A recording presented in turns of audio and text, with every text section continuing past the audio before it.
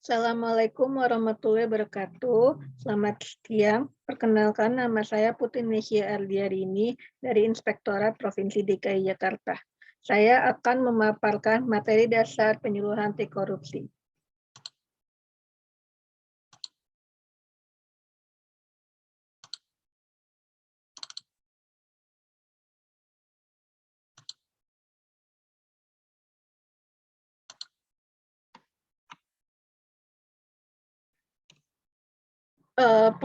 Pertama, pengertian korupsi.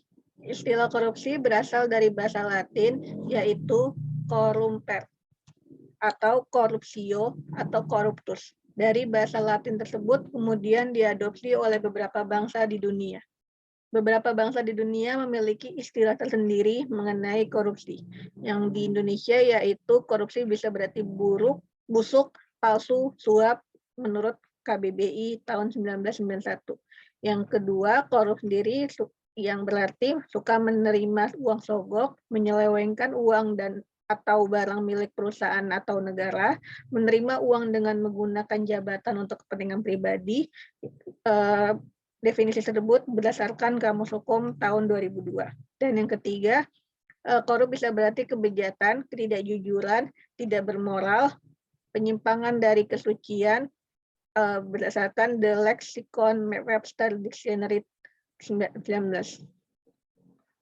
Yang kedua, dasar hukum pemberantasan korupsi di Indonesia, yaitu serangkaian tindakan untuk mencegah dan menanggulangi korupsi melalui upaya koordinasi, supervisi, monitor, penyelidikan, penuntutan, dan pemeriksaan sidang pengadilan dengan peran serta masyarakat. Hal ini berdasarkan peraturan perundangan yang berlaku UU nomor 30 tahun 2002 pasal 1/3. Berdasarkan Undang-Undang Nomor 30 Tahun 2002 juga telah dibentuk komisi yang khusus untuk menangani korupsi, yaitu Komisi Pemberantasan Korupsi atau disingkat dengan KPK. 30 delik tindak pidana korupsi dan pengelompokannya, yaitu dirumuskan dari 13 pasal dalam UU nomor 31 tahun 99, Jo UU nomor 20 tahun 2001. Kemudian ke-30 bentuk atau jenis tindak pidana korupsi tersebut dikelompokkan menjadi 7 kelompok, yaitu kerugian keuangan negara, suap menyuap, penggelapan dalam jabatan, pemerasan, perbuatan curang, benturan kepentingan dalam pengadaan, dan gratifikasi. Perbedaan antara gratifikasi, uang pelicin, pemerasan, dan suap. Ada 3 kelompok jenis pemberian. Yang pertama gratifikasi, yaitu pemberian dalam arti luas, yaitu meliputi pemberian uang, diskon, komisi, pinjaman tanpa bunga, tiket perjalanan, fasilitas penginapan, perjalanan wisata, pengobatan cuma-cuma, dan lain-lain, yang tujuannya untuk pemberian hadiah yang berhubungan dengan jabatan penerima dan berkaitan dengan kewajiban dan tugasnya. Suap dan uang pelicin. Suap sendiri merupakan bentuk pemberian yang dilakukan oleh korporasi atau pihak swasta berupa pemberian barang, uang, janji, dan bentuk lainnya yang bertujuan untuk mempengaruhi pengambilan keputusan dari pihak penerima suap. Uang pelicin yaitu secara umum didefinisikan sebagai sejumlah pemberian biasanya dalam bentuk uang untuk memulai, mengamankan, atau mempercepat akses pada terjadinya suatu layanan. Yang ketiga yaitu pemerasan, di mana tindakan tersebut di mana suatu pegawai negeri atau penyelenggara negara yang dengan maksud menundukkan diri sendiri atau orang lain dengan menyalahgunakan kekuasaannya, memaksa seseorang memberikan sesuatu, membayar atau menerima pembayaran dengan potongan atau untuk mengerjakan sesuatu bagi dirinya. Ini adalah tabel secara rinci yang menjelaskan perbedaan dari gratifikasi, uang pelicin, pemerasan, dan suap. Lalu ada strategi dan rencana aksi pemberantasan korupsi. Ada 3 jenis strategi pemberantasan korupsi. Yang pertama represif, yaitu merupakan penindakan hukum untuk menyeret koruptor ke pengadilan dengan tujuan agar takut melakukan korupsi. Yang kedua perbaikan sistem, di mana banyaknya sistem yang diterapkan di Indonesia memberikan peluang tindak pidana korupsi, sehingga diperlukan adanya perbaikan sistem dengan tujuan agar tidak bisa melakukan korupsi. Edukasi dan kampanye. Strategi pembelajaran pendidikan anti korupsi dengan tujuan membangkitkan kesadaran masyarakat mengenai dampak korupsi, mengajak masyarakat untuk terlibat dalam gerakan pemberantasan korupsi, serta membangun budaya dan perilaku anti korupsi dengan tujuan agar tidak mau melakukan korupsi. Selanjutnya ini adalah penjelasan secara rinci dari 3 strategi pemberantasan korupsi. Strategi pencegahan korupsi ada 5 yang bisa disingkat menjadi SMART, yaitu spesifik, measurable, attainable, relevant, dan timely.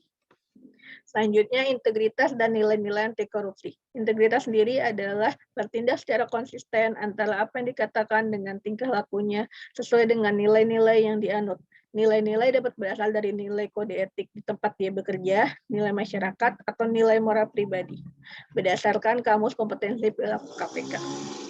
Yang kedua adalah nilai anti korupsi. Nilai anti korupsi sendiri adalah nilai-nilai yang harus dianut kelompok sasaran agar berperilaku anti korupsi. Nilai-nilai anti korupsi ada 9, yaitu meliputi kejujuran, kepedulian, kemandirian, kedisiplinan, tanggung jawab, kerja keras, kesederhanaan, keberanian, dan keadilan. Selanjutnya adalah contoh-contoh berbagai usaha mencegah dan menentang korupsi, yaitu melakukan tindakan preventif, melakukan edukasi sedini mungkin, pengembalian uang negara, melakukan pengawasan melekat, mensosialisasikan penyuluhan anti korupsi, perbaikan sistem pengawasan, serta mempermudah sistem perizinan. Tujuan akhir dari berbagai usaha mencegah dan menentang korupsi adalah untuk menghapus segala bentuk korupsi dalam rangka menunjang terwujudnya good governance.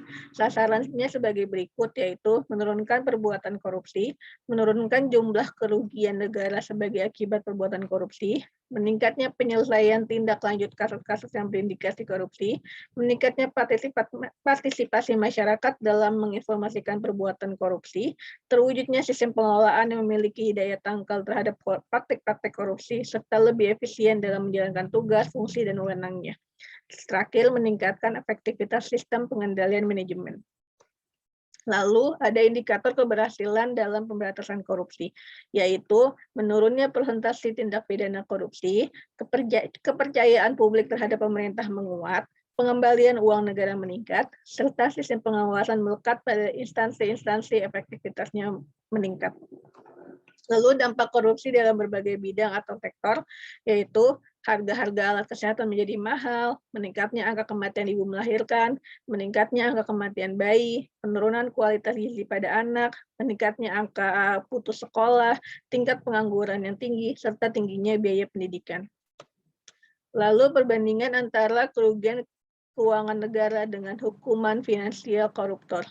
Putusan pengadilan yang diberikan kepada koruptor saat ini malah lebih rendah dibandingkan dengan tuntutan jaksa. Tuntutan jaksa masih lebih rendah dibandingkan dengan kerugian negara akibat korupsi. Serta hukuman finansial kepada terpidana korupsi masih belum dapat menutupi kerugian korupsi yang ditimbulkan. Berikut adalah tabel sebagai contoh pengenaan hukuman finansial menurut pekerjaan terpidana korupsi. Lanjut, pengertian dan unsur-unsur biaya sosial korupsi. Biaya sosial akibat korupsi ada antara lain adalah biaya penegakan hukum, pencegahan korupsi, biaya penahanan dan biaya penjara, serta biaya pengadilan, serta biaya jaksa. Lalu, hubungan antara dampak korupsi, biaya sosial korupsi, dan indikator keberhasilan pemberantasan korupsi. Akibat kejahatan koruptor, beberapa dampak yang ditimbulkan adalah pelayanan publik tak kunjung membaik, pelayanan kesehatan mahal, biaya pendidikan semakin mahal, masyarakat yang hidup di bawah garis kemiskinan, meningkatnya besaran pajak, serta biaya sosial korupsi.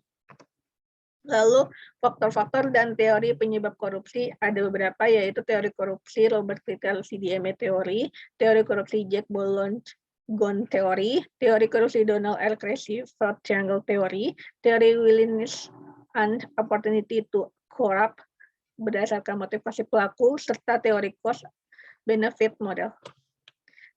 Berikut adalah penjelasan lebih lanjut mengenai teori-teori penyebab korupsi. Lalu ada referensi atau role model negara atau daerah atau instansi yang anti korupsi, antara lain Denmark, Finlandia, Norwegia, serta Swedia.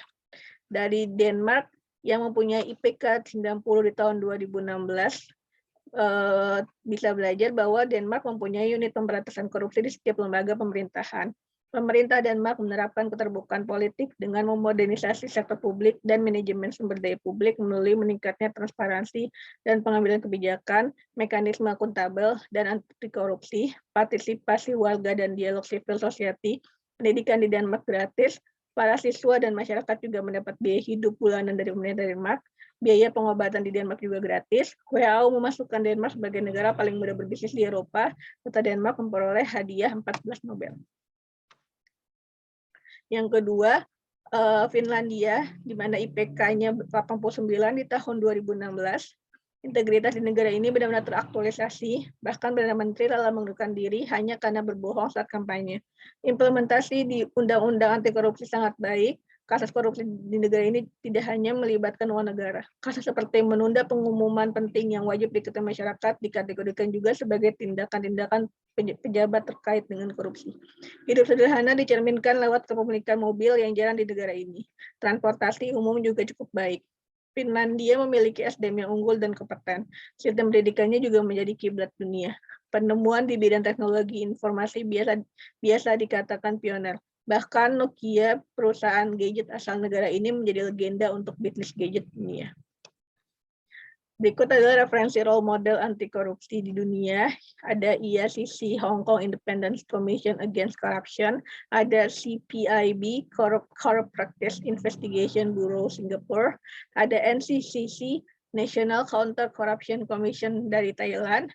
Ada Bianco Madagascar, Biro Independen Anti Korupsi Madagaskar, ada Anti Corruption Commission SCC di Zambia, ada KACA, Kenya Anti Corruption Authority, dan yang terakhir ada Prevention and Combating of Corruption Burundi atau PCB di Tanzania. Sekian materi dasar penyuluhan anti korupsi dari saya. Terima kasih. Assalamualaikum warahmatullahi wabarakatuh.